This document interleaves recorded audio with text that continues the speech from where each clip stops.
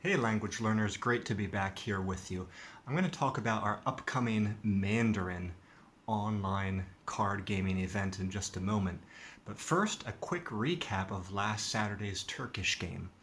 Last Saturday's Turkish game was a really great opportunity for Chow, who's one of our top players, because she's a Turkish learner who got to game and learn with not one, but two native Turkish speakers. Sinan, who is our incredible host, and also a new player named Guven. Sorry, I'm not sure if I don't know how to pronounce your name correctly, but Guven is someone who he told me he had been teaching English to Turkish people for a long time, so he also has great experience as a teacher, and he said he wanted to have a try to teach Turkish to non-native speakers of Turkish, people who are trying to learn Turkish. So it was a really great opportunity for Chow, and I hope that if you're learning Turkish too, you will come out to join this group and play with this group. It's just a great opportunity to learn with native speakers. And also, I want to mention that Sinan is working on a Turkish study guide for us that will cover all the topics in this game, so that can really get you jump-started. Now, for the next game, which is coming up here on the next Saturday, it's going to be Mandarin. Mandarin is my target language. I've lived in China since 2011, and I speak Chinese at like intermediate level. So I would love the chance to play with you and learn together with you if you're interested to learn Mandarin. What exactly are we doing? We're playing an online card game that I've designed specifically for language learning. It's called Heading Into Language Land. You can learn more about it at my website, languagecardgames.com, or there's a playlist all about it right here on this YouTube channel. I'll put a link in this video, the Heading Into Language Land playlist. You can see the game played live, you can learn about the rules, and you can learn some cool stuff associated with this game. Like, for example, this game has foil cards available, you know, those shiny holographic cards. We can also do card commissions, which means you can design your own character, and we can bring that character to life through the game, and we can put topics on the cards that you care about the most. And so I think it's a highly motivational way to pursue your target language. It's a great enrichment tool, and it will help you to drive those memories deeper into your brain.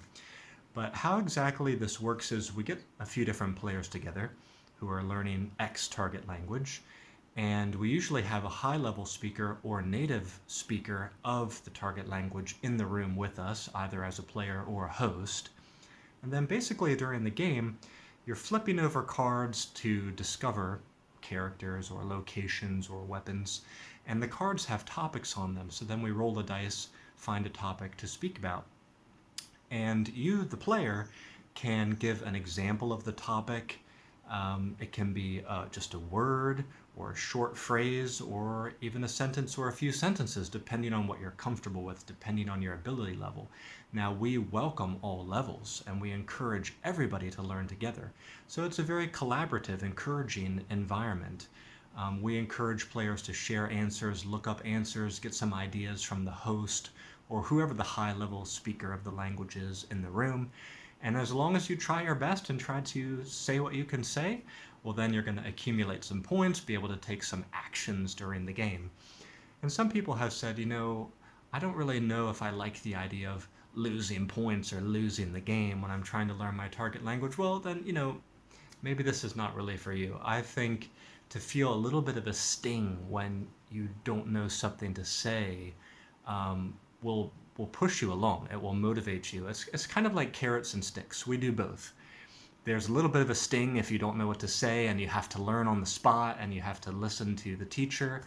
But then there's also the rewards if you have an idea about what to say. All the topics mean the learning is just very organic, very natural. All the different things that come up, it's very fun. It's not like a typical textbook series or a course. We're talking about all kinds of different things that you don't usually get to talk about in those types of situations. And then there's even more examples of the carrots, the rewards, because what we're doing is we're tracking our top players' progress across the year, and then at the end of the year, the best of the best are going to receive some gifts in the forms of free and discounted games. We're tracking our players' progress on the homepage of languagecardgames.com, so you can see our top players there. You need to join at least 5 games to appear on the leaderboard, and we'll be tracking your progress forever on after that. Now, we started this in April of 2023. We've probably had about 70 games since that time, with about 60 or 70 players from around the world.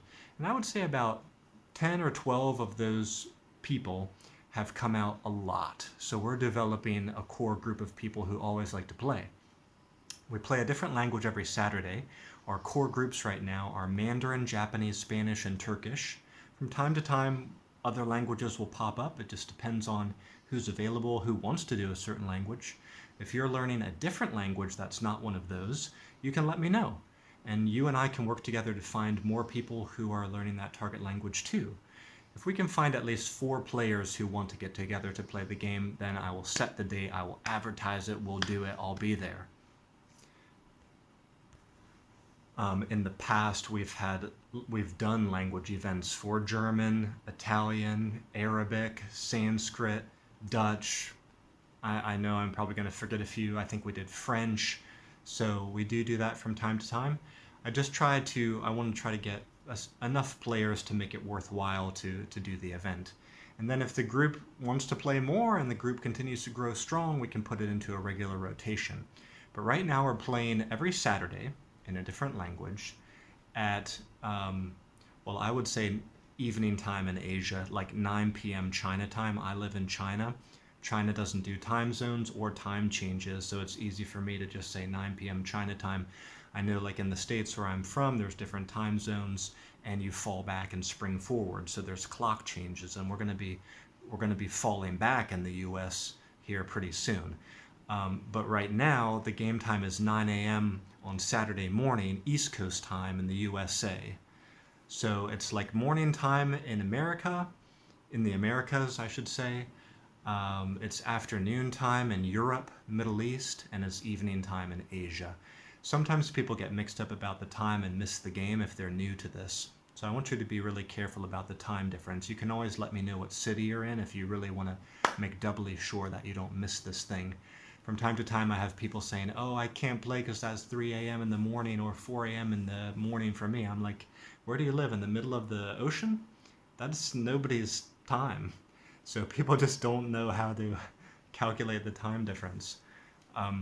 But you can learn more and sign up to play on the homepage of languagecardgames.com. You can read about the game. There's a quick and easy sign-up form there. If we don't have a game coming up for your target language very soon, I'll just keep you on a list. So go ahead and sign up if you're interested. I'm keeping lists for all kinds of different languages. And you can see videos and the leaderboard there on the homepage too. But so, next Saturday, Mandarin. Hope to see you there. Even if you feel like your level's not good enough or you're just a beginner, still come out. I would just love to help you to start off on this language learning journey for Mandarin. Okay, that's it for this video. I'll see you back here next time. Bye-bye for now.